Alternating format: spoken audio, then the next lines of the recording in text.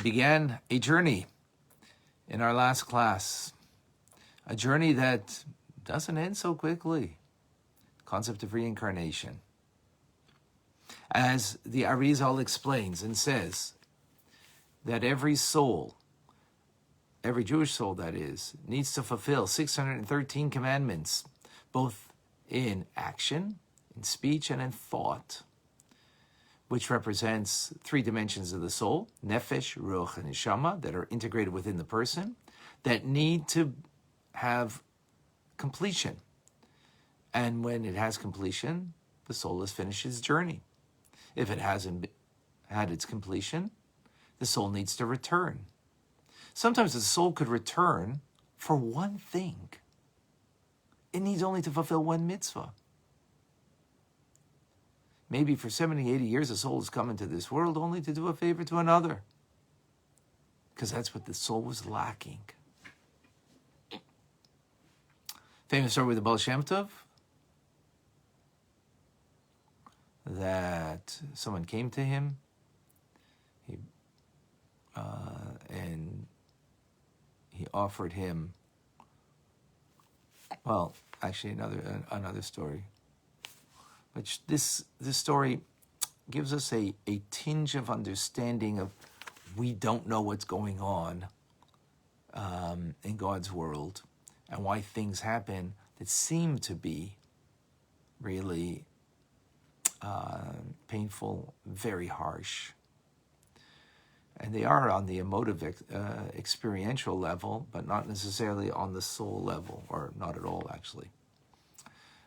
In brief, a couple that for many years didn't have children came every year to the Baal Shem Tov, founder of the Hasidic movement, to ask for a blessing, and relentlessly asking for blessings. The Baal Shem Tov would never give them the blessing.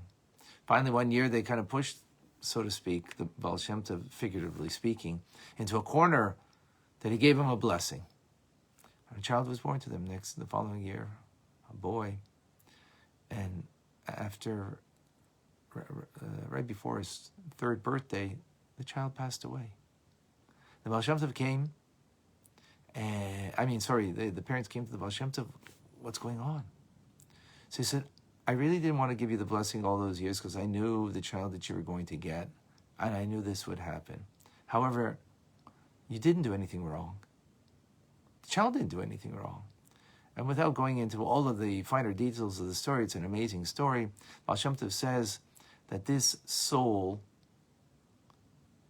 was a soul from a previous generation that was the son of the king, or the Paritz, the prince of this area, and the son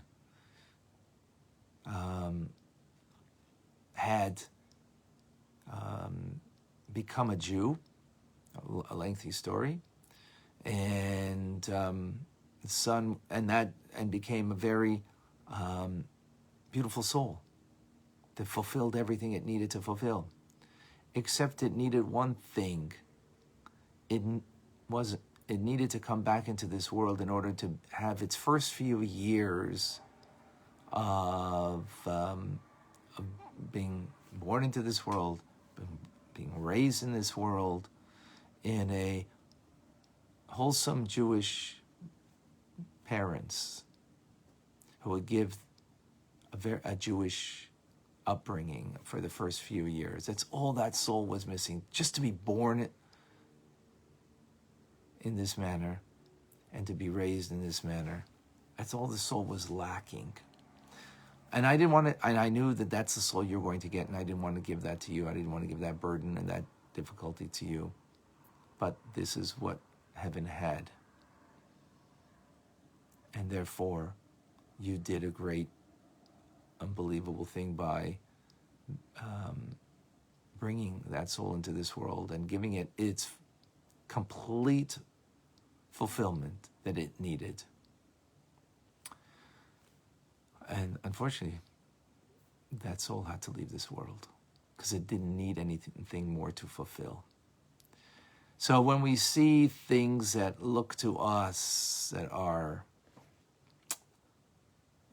very painful, and not to take away the pain, but we need to understand that we don't understand, and we don't know why this is happening, and we don't know the journey of a soul, what it needs to have its fulfillment. In any case, what we do know is that the soul needs its complete fulfillment, and therefore it comes back many, many times in order to have that. Now, what we learned previously is that our soul is made up of 613 components, 613 organs, if you will. And a mitzvah is the divine will of God, 613 of them, that vests itself as a very reduced light, that it creates a garment. A garment is a garment has to fit the person, because therefore it's a limited, and metaphorically, a limited light of God, this garment that fits the person in order to be a protective, to give the garment that now the soul is fulfilling, right? The organ needs a garment to cover itself. Every organ needs, every component of the soul needs the mitzvah garment to be its protective shield, shall we say. And if it's missing a garment, it needs to come back into this world. That's what we learned previously. Now, this garment allows the soul to have a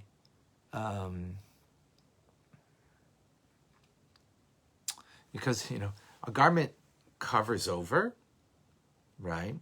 It gives completion to the body, in a sense, to the soul in this sense, right? The mitzvah that you fulfill, it gives completion, right, to the soul. But it also serves as a protection. So the Alter Rebbe continues with this idea of protection. What is it a protection for? Well, we learned previously that there's God, the infinite light of God is contracted to create a pleasurable, desirable light of God that the soul is too much for it on its own. But now with this garment of protection, it allows the soul, the Nefesh, Ruach, and Neshama, to experience in Gan Eden, in the Garden of Eden, when their soul is there. It allows it to experience this pleasurable light of God that it wouldn't be able to otherwise. It wouldn't be able to. Delighting in God, in this light.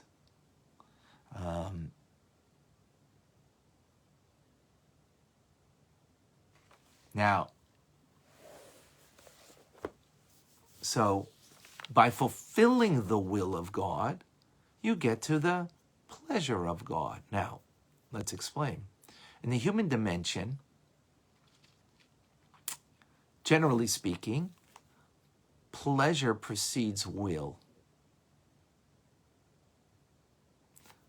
What does that mean? Well, what do you have a desire for? What pushes you? Why do you want what you want? Because you have a desire for that. I mean, you have a pleasure in that, rather. You have a pleasure. So you have a deep-seated pleasure in understanding, and especially understanding the ways of God. So that gives you a desire to learn Tanya, for example. Right? So the pleasure produces the will. That's the way it is in us. Now, of course, in God, it's different.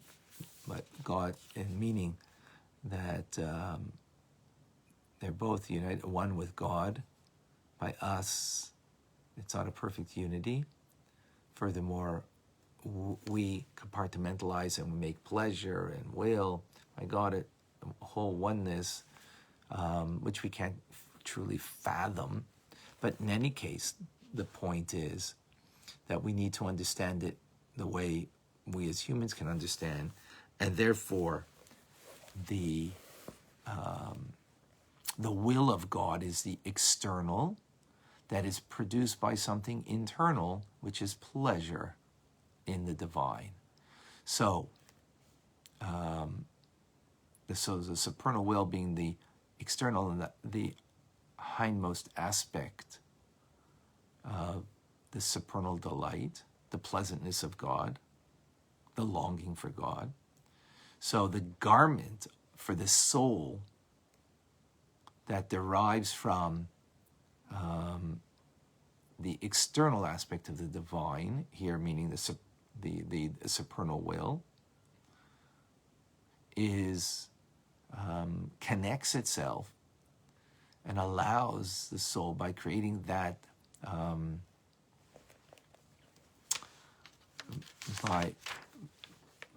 by creating that garment, which is an expression of the external will of God, because it's the mitzvah, allows us to clothe ourselves with a protective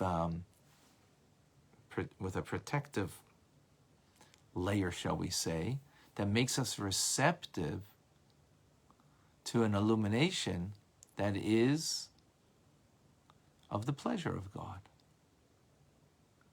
I hope I explained that well.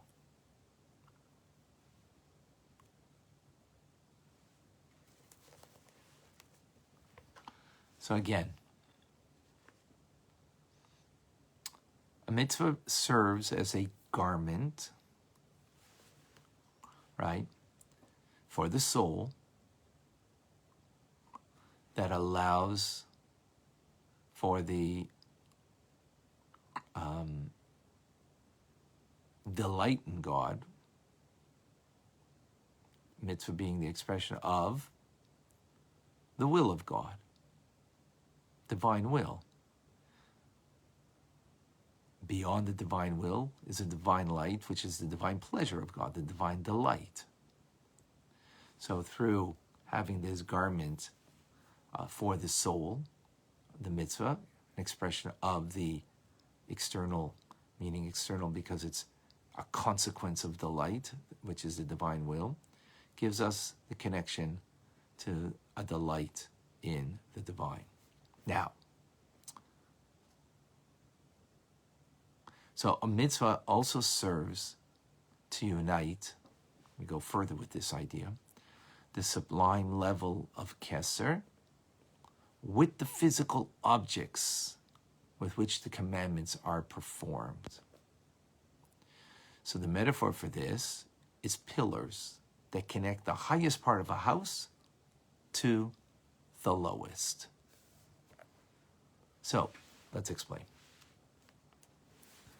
Now what we're doing, we're explaining how a mitzvah is a connection between, which is, until now, all we understood of mitzvah as being the will of God. Now where we're bringing it further is that mitzvah is connecting the top of the house to the bottom of the house, metaphorically. The top, and how is they connected? Through a pillar. The top is of the pillar is the supernal will, referred to as Keser Elyon, supreme crown. The word crown in Hebrew, Keser, is the numeric value of 620. Spelled Chaf, Taf, Reish. Chaf is 20, Taf is 400, and Reish is 200. So that's 620. So there's 600 pillars of light. Now why 620? Well, Keser is the numeric value of that. But we have 613 biblical commandments and 7 rabbinic commandments that equals 620. right? So let's get the analogy over here. You have a large brick house, right? And you have pillars standing on the ground, connecting the ground to the ceiling, right? So meaning the lowest part to the highest part. So metaphorically, the supernal crown above, like, you have, what do you have on the top when you have a pillar? You have a capital, right? Holding up the roof, and also it's decorative, right? Whether it's holding up or not, but it's both. In the metaphor over here, it's holding up the roof, and it has a capital, and it surrounds, right? So what does that metaphorically mean? That the supernal crown transcends divine wisdom, which is the highest of the 10 attributes, right? And that supernal will, that crown, vests itself in 613 commandments, and 7, that's biblical, and 7 rabbinic, that's 620, that now connect to the ground. What does mean to the ground? Meaning the mitzvahs, the will of God, is connected to the ground, meaning they're grounded in physicality. That the mitzvahs have to be done in physical action, which is represented by the ground, right? That the pillar is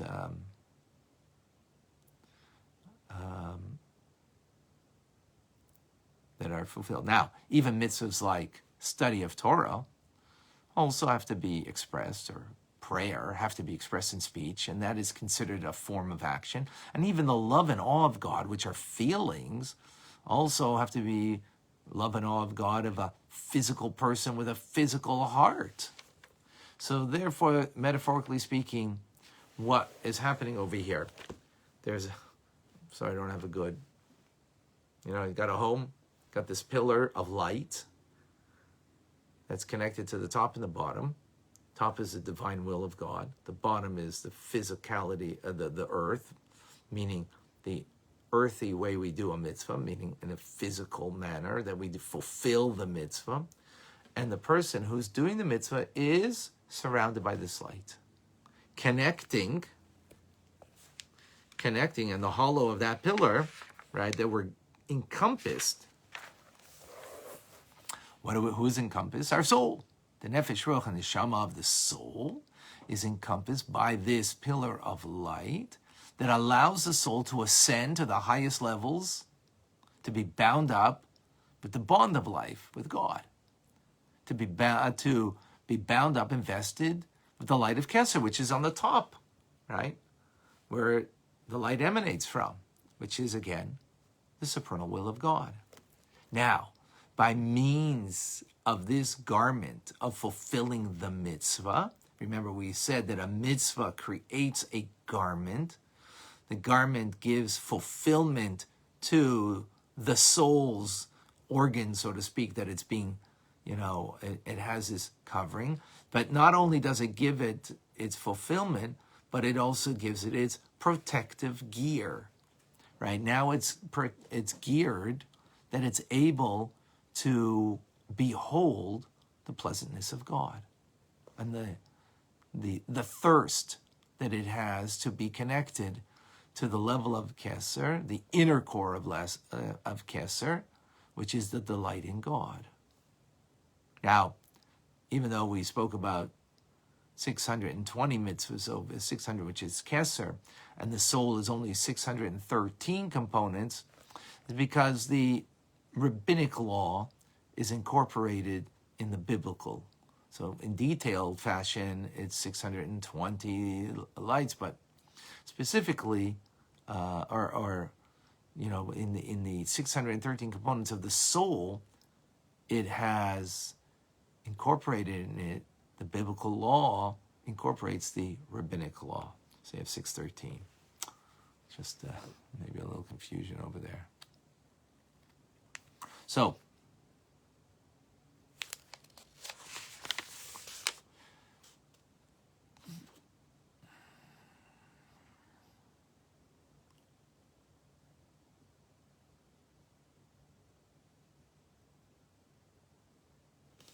So we have the soul by fulfilling the mitzvah, right? So it has this light that now garbs the soul, right? Because we're standing in imagine a hollow pillar of light, that we are the ones who are connecting the divine will with the physical reality of this world by doing a physical act of a mitzvah.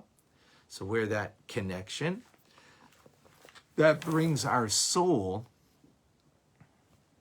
right, being encompassed and garbed, our nefesh, ruach, and neshama, part of the soul, through the act of the mitzvah, that allows our soul to rise to the greatest of heights, to be bound up with the radiance of Keser.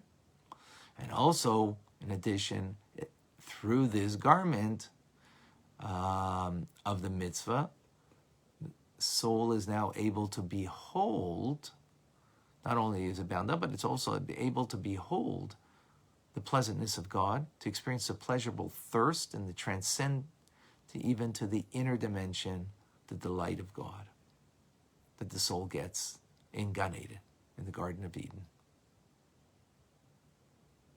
We don't experience this now when we're doing the mitzvah, but the soul will get that experience in Gan Eden.